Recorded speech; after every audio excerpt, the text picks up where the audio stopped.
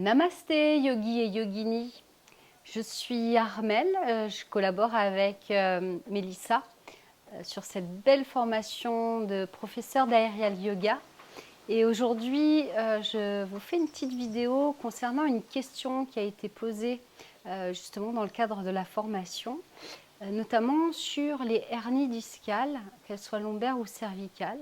La question était s'il existait des exercices adaptés ou contre-indiqués pour les personnes qui sont porteuses de ce type de pathologie. Pour répondre à cette question, il semble important de reprendre l'anatomie de base de la colonne vertébrale. Vous avez une colonne vertébrale qui part depuis les cervicales jusqu'au coccyx et chaque vertèbre sont déposées les unes sur les autres et sont séparées d'un disque intervertébral.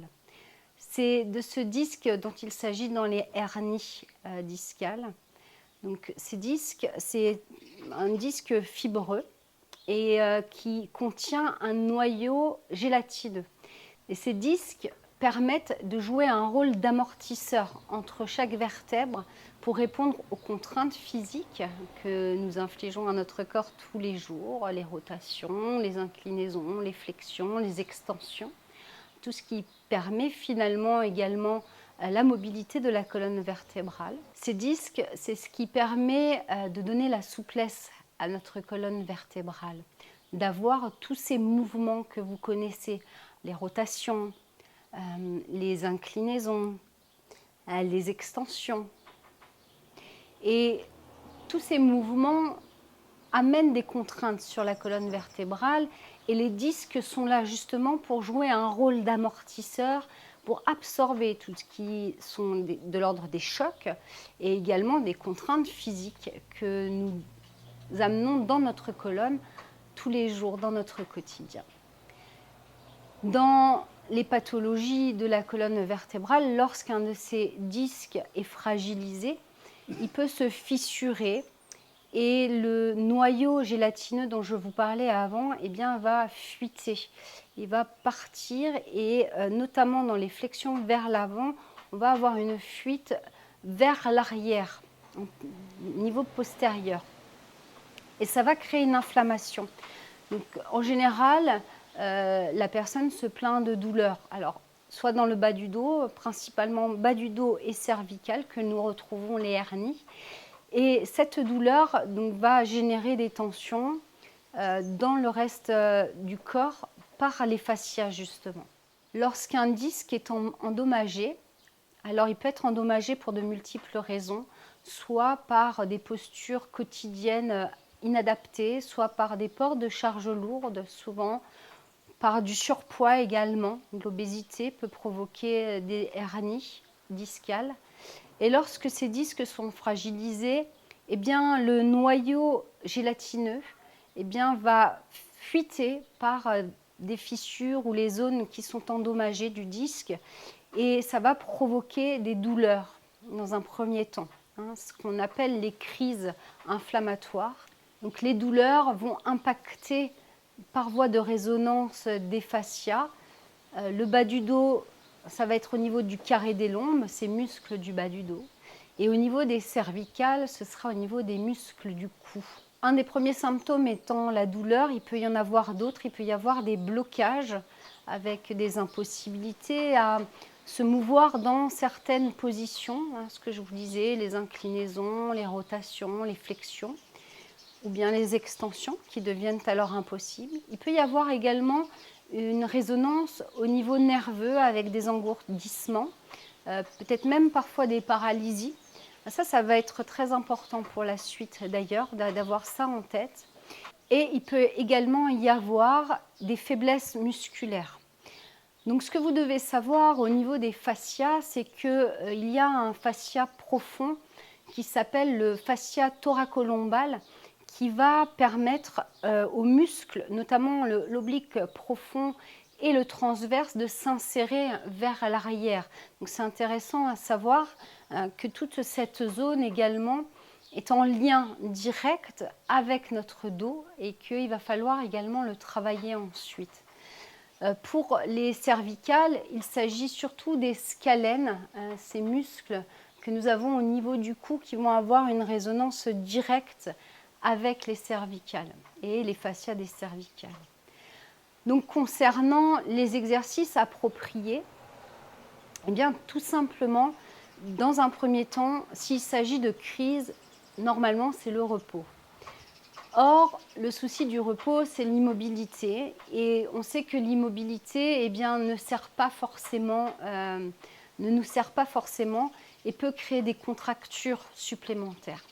Donc, ce que vous pouvez conseiller à un de vos élèves qui serait porteur de ce type de pathologie, c'est un pranayama très simple. C'est la respiration yogique complète qui va venir mobiliser tous les fascias, donc depuis le ventre, ce que je vous expliquais avant, jusqu'à l'arrière. Et ça, c'est pour les hernies lombaires.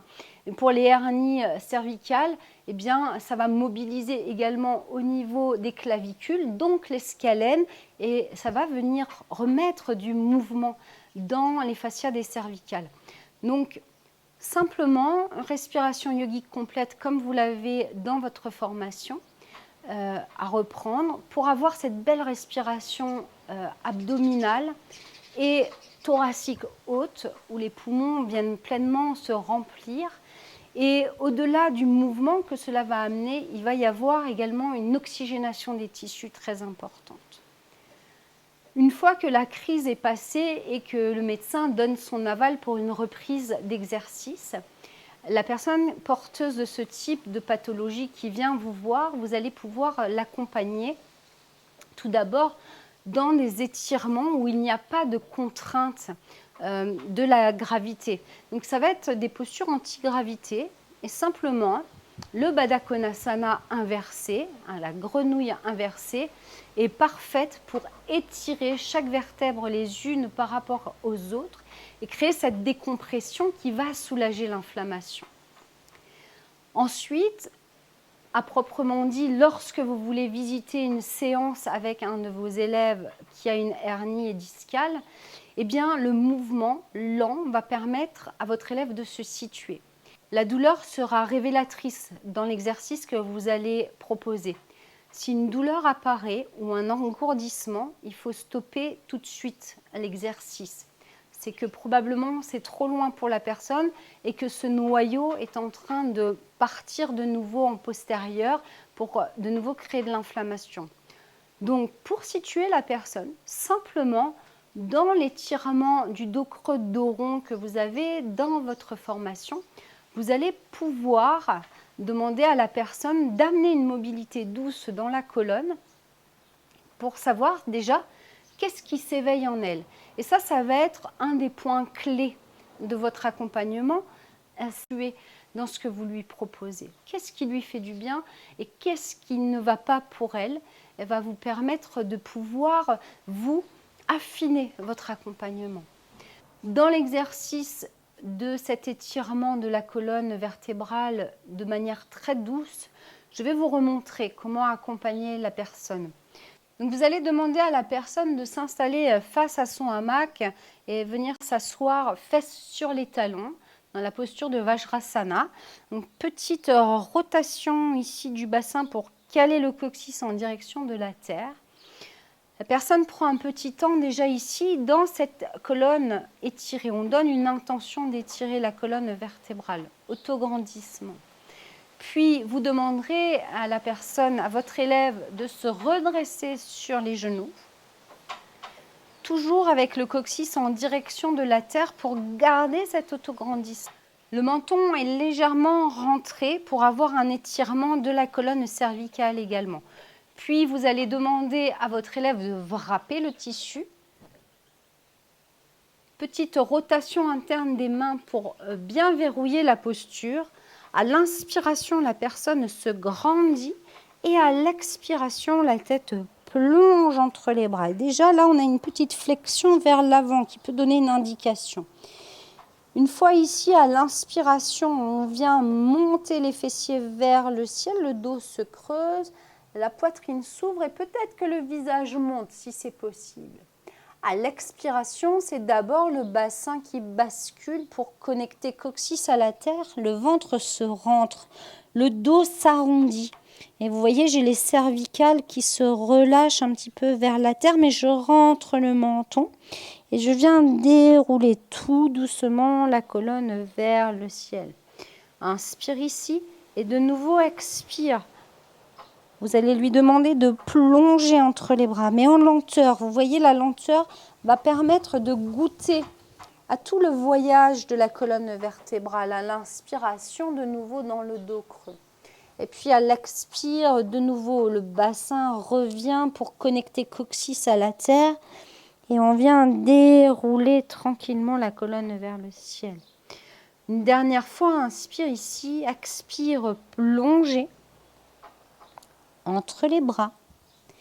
À l'inspiration, venez dans votre dos creux. Et puis on va rester ici, inspirez dans cette posture. Et à l'expiration, donc le bassin revient et le coccyx se connecte à la terre pour faire ce dos rond, mais en restant avec les bras, la tête entre les bras. Et puis de nouveau, inspire dans le dos creux. Expire dans le dos rond. Et vous voyez, la lenteur est caractéristique pour pouvoir vraiment sentir et redonner de la sensorialité à la colonne. Et puis inspire, expire. Vous allez pouvoir demander à la personne de revenir tout doucement et d'étirer de nouveau la colonne vers le ciel. Elle pourra ensuite relâcher ses mains et venir un petit instant ici, fesses sur les genoux. Un moment où les yeux sont fermés pour vraiment sentir ce qui se passe dans son corps. Et là, c'est déjà de la rééducation sensorielle que vous êtes en train de faire. La respiration va amener de la douceur également et du mouvement dans les fascias de la colonne. Lorsque la personne a pu vous dire ces sensations qu'elle a pu ressentir dans ce mouvement doux, vous allez pouvoir l'amener progressivement à renforcer ses muscles profonds du dos. Et les postures adaptées pour ce type de renforcement vont être tout ce qui est extension arrière de la colonne vertébrale. Il y a un mouvement qui est connu dans le monde des kinés et qui s'appelle l'étirement de Mackenzie. Ce mouvement est très simple. Il consiste à venir déjà placer le coccyx en direction des talons. Vous voyez, mes pieds sont ouverts à largeur de hanche. Et puis à venir placer les mains sur le sacrum, donc soit les doigts vers le haut, soit sinon au niveau de la taille si les poignets ne sont pas disponibles. Et de là, le ventre est engagé avec le coccyx à la terre. Sur l'inspiration, vous demanderez à la personne de pousser sur le sacrum de manière à ouvrir la poitrine vers le ciel. Et vous voyez, mon menton monte très légèrement pour ne pas donner trop de pression dans les cervicales. À l'expiration, vous pouvez demander de relâcher.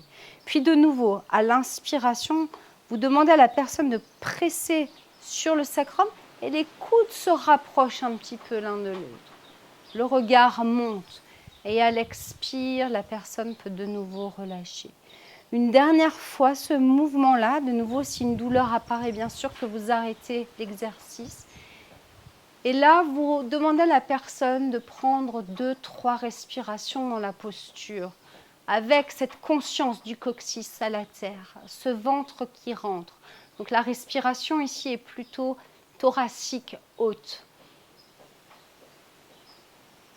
Et une fois que la personne a pu expérimenter cette posture, eh bien, à l'inspiration, on revient simplement ouvrir le thorax et à l'expiration, vous lui demandez de relâcher tout doucement. Sur ce principe de l'étirement de Mackenzie, vous allez pouvoir accompagner les personnes dans des étirements et des postures qui vont favoriser cette extension arrière de la colonne vertébrale. Mais toujours avec cette conscience du bas-ventre qui s'engage, ce muscle transverse que nous avons vu avant et qui vient s'insérer avec ce fascia thoracolombal qui est très important et qui est très en lien avec les vertèbres lombaires. Parmi les postures d'extension arrière de la colonne vertébrale, vous allez les retrouver dans la formation de professeur d'aérial yoga. Je vais vous en citer quand même quelques-unes. Il y a la posture de l'arc, d'Anurasana. Il y a également la posture du cobra.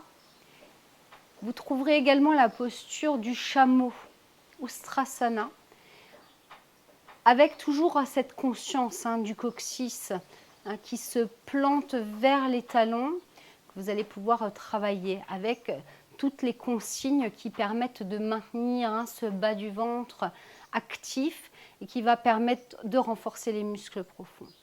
Concernant les muscles des cervicales, je vais vous montrer un petit enchaînement qui va permettre d'ailleurs de travailler et le bas du dos et les cervicales. Donc afin de renforcer les muscles du cou, mais également les muscles profonds du bas du dos, je vais vous proposer un petit exercice ici. Vous allez attraper votre tissu et le dérouler comme un drapeau. Ici, ramenez les doigts à l'intérieur, pouce à l'extérieur et ramenez 6 plis. Vous allez ensuite pouvoir vous asseoir dans le tissu et laisser glisser le restant de tissu sous les genoux. Petit temps juste pour prendre contact avec les ischions qui se déposent dans le hamac.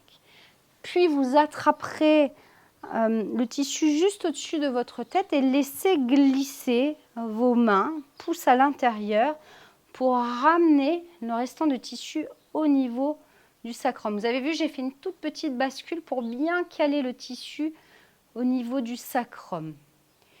Ici, vous allez pouvoir inspirer, vous grandir et à l'expiration, vous faites un C avec la colonne vertébrale qui va vous permettre de caler votre tissu. Puis vous attrapez les 2 bandes de tissu devant vous et vous déroulez le tissu sous vos pieds. Inspirez ici et à l'expire, laissez-vous glisser dans la posture de la cascade. Les mains touchent le sol, les paumes de main sont vers le ciel. Si c'est disponible ici, vous voyez mon coccyx vient vers les 2 talons, mais parfois ça peut être inconfortable, notamment chez les personnes qui sont porteuses de hernie. Donc vous allez pouvoir demander à la personne, ou même pour vous-même, de plier les genoux, 2 plantes de pied en contact. Ça va alléger un petit peu ce bas du dos. Donc on a déjà un travail au niveau des muscles profonds du bas du dos. En ce qui concerne les muscles du cou, ici vous allez demander à la personne de rentrer le menton. Et on a comme un Jalandhara Bandha qui s'installe, ce verrou du cou. J'ai mes cervicales étirées, j'attrape le tissu juste au-dessus de mes hanches. Ça va un petit peu soulager le travail. À l'inspiration, vous revenez étirer le sommet du crâne vers le sol. Inspirez ici. Et à l'expiration, de nouveau, vous demandez à la personne ou vous le faites vous-même de ramener le menton vers la gorge. Et puis inspire, relâchez. Expire encore une fois, ramenez le menton. Étirez bien les cervicales en poussant le menton vers la gorge. Et inspire, relâchez. Une dernière fois ce mouvement-là à l'expire. Et on reste là. Peut-être 2-3 respirations. Au bout de 2 ou 3 respirations, environ 5 secondes en tout cas, vous allez pouvoir remonter tout doucement en utilisant vos mains. Puis vous pourrez dérouler le tissu à l'arrière pour déposer l'arrière du crâne dans le fond du hamac et relâcher. Assez intense pour les cervicales et là, vous avez remusclé tous les muscles du cou en profondeur. Ça demande un petit temps d'intégration. Et enfin, pour renforcer les muscles profonds et même les muscles un peu plus superficiels, la planche est un excellent exercice que vous pouvez préconiser à vos élèves qui sont porteurs de hernie. Souvent, vous allez lire que les flexions vers l'avant sont à proscrire. J'ai envie de nuancer cette réponse parce que, comme vous l'avez vu, on peut beaucoup travailler les extensions arrière. Et il me semble indispensable aussi de remettre du mouvement dans l'autre sens. Donc oui et non, vous pouvez accompagner sur des flexions avant à partir du moment où il y a cette conscience de la colonne étirée. Dès lors que le dos s'arrondit, en effet, il faut demander à la personne d'aller un peu en deçà pour garder sa colonne étirée et ne pas faire partir ce noyau gélatineux en postérieur vers l'arrière. De même, vous lirez peut-être que les torsions sont à éviter. J'ai également envie de nuancer cela. Les torsions debout, par exemple, avec un pied, une cheville dans le tissu et qui se font en lenteur dans le respect de la physiologie de la personne, seront très bonnes et peut-être feront beaucoup de bien à votre élève. Par contre, ce qui est vraiment à proscrire, ce sont toutes les flexions et rotations en même temps, c'est-à-dire toutes les torsions qui demandent une flexion vers l'avant. Ne proposez pas ce genre d'exercice car cela donne trop de contraintes à la colonne vertébrale. Je propose vraiment plutôt d'aller goûter à des postures beaucoup plus douces pour la personne et toujours dans la lenteur. Ça va être peut-être le maître mot de cette vidéo. La lenteur va permettre vraiment à la personne de se situer dans ses sensations, de redonner de la sensorialité à des zones qui sont endommagées et qui peut-être ne sont plus très investies par la personne. Proposez quelque chose de cohérent pour la colonne vertébrale. Si vous avez choisi un flow sur les extensions arrière pour renforcer les muscles profonds, ne proposez pas de flexion avant-derrière. Ça va donner une contre-information à la colonne vertébrale et vous rééquilibrez de nouveau avec une grenouille inversée. C'est valable pour moi, à mon sens, pour tous vos cours. Ne proposez pas extension-flexion. Ça va donner plein d'informations à la colonne vertébrale, plein de contraintes qu'elle aura du mal à gérer. Donc voilà pour le petit mot de la fin. Je vous remercie de m'avoir écouté jusque-là. Belle pratique à vous et puis à bientôt. Namasté les yogis, les yoginis.